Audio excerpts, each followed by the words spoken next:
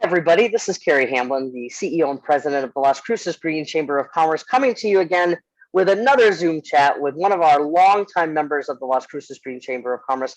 We have the one and only crack crew from Las Cruces Academy. We have Vince Gutschik and Llewellyn Kay, who are the co-directors of Las Cruces Academy. And we also have with us Elizabeth Brasher, who is the deputy head of school. It sounds almost like the headmistress, so to speak, but a little bit more of an official title, I'm sure. We get to talk with you today. You start your school year tomorrow, and like with a lot of the schools that are starting back up again, Vince and Llewellyn, tell us a little bit about Las Cruces Academy and really what you had to do March 13th of 2020. Well, I was outrageously proud of our faculty. We had obviously been hearing about the virus, and so we suspected it might be coming. And because they're all well educated and are familiar with computers, they very rapidly switched. We got a schedule out to the kids. Here's which class is going to meet. So, and we have, because our school is small, but we have a very mixed population. We've got lots of kids at different levels. So we've got reading groups of different levels, math groups at different levels. We scheduled it so that each kid could meet all of their classes and successfully. That was a hassle. And I would thank Elizabeth for that. She's wonderful at planning. And then we...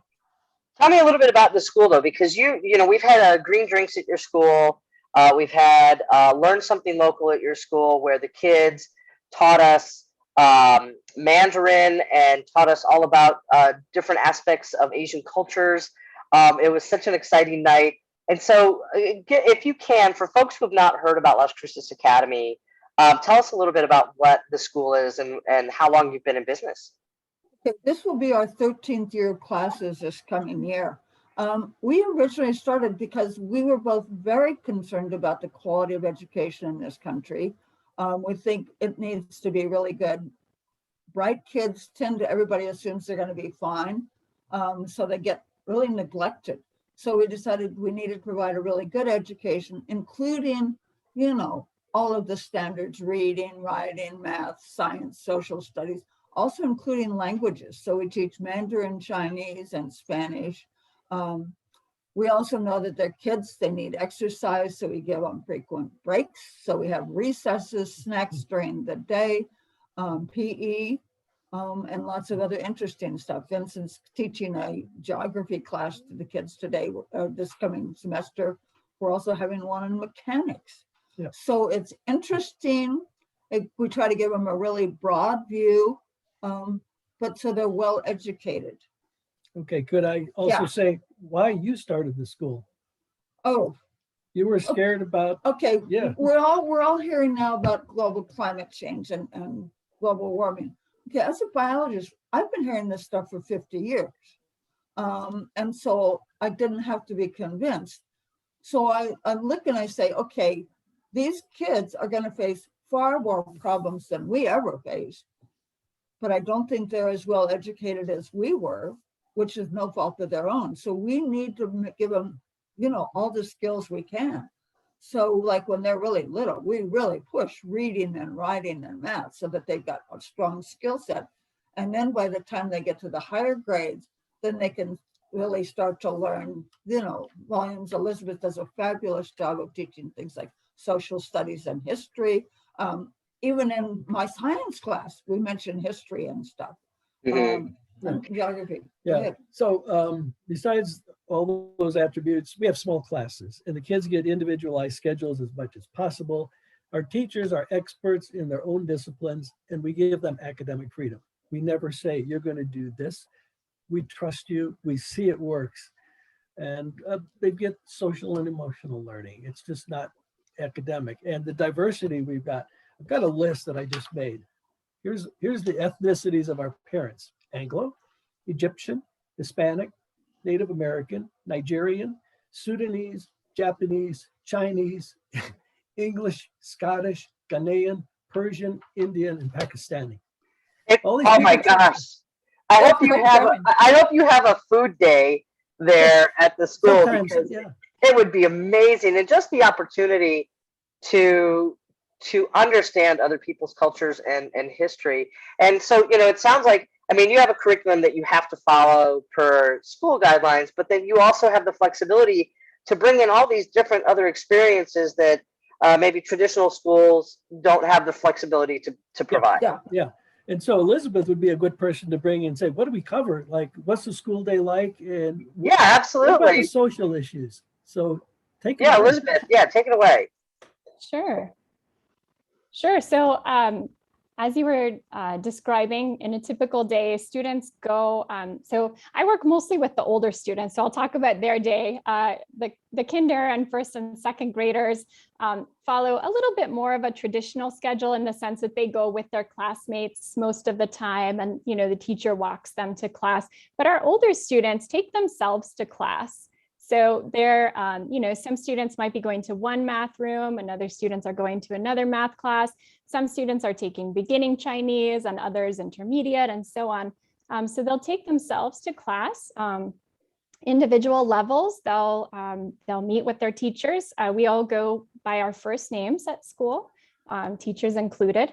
So we remove that barrier. It's a very accessible environment. We have several classes and then a snack break. The kids go out for recess. They love to play organized games.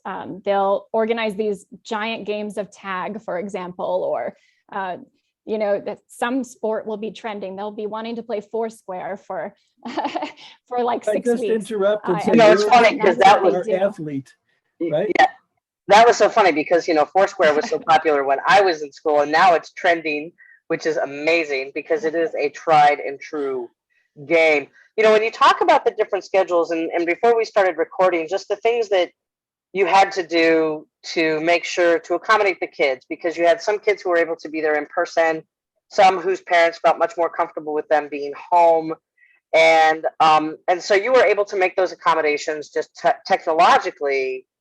And so with this, given that you've got kind of almost customized curriculum really for the students that you've got and the flexibility you have, what are some of those things that you have to consider as we start hearing more and more about the Delta variant? Llewellyn, I know that you're taking this seriously, your school takes it seriously.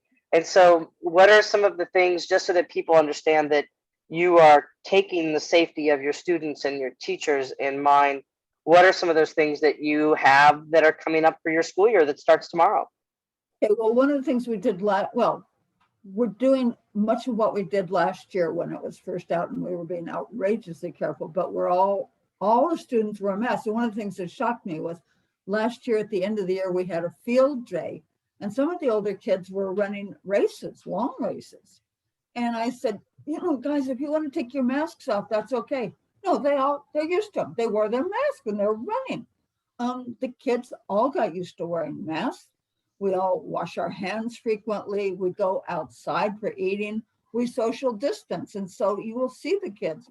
They tend to stand at least 3 feet apart when they're talking or doing. I mean, so, with masks, social distancing, Vaccination. washing hands. Whole staff is vaccinated. Right, the whole staff is vaccinated. We've got fans in the room to increase our air circulation, which is a very important thing. Mm-hmm. And we were very lucky. We got no cases last year. That's fantastic. And Elizabeth, I mean, as an educator who's like right there, what are some of the things that you're thinking about as you start the school day tomorrow?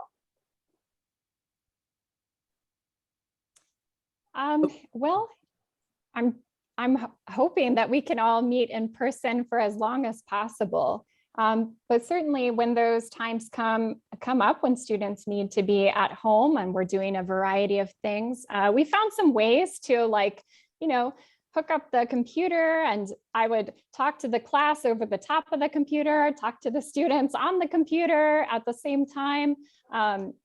Sometimes I would meet with students after school, to catch them up if they're at home and they need more one-on-one attention. And I know other teachers did the same as well. So just thinking about, you do sometimes have to tailor what it is that you're teaching to the mode that you're using. But I have to give credit to the students and parents as well for making those, everyone adapted, everyone put forth their best effort, because everyone who's involved with our school values education so much.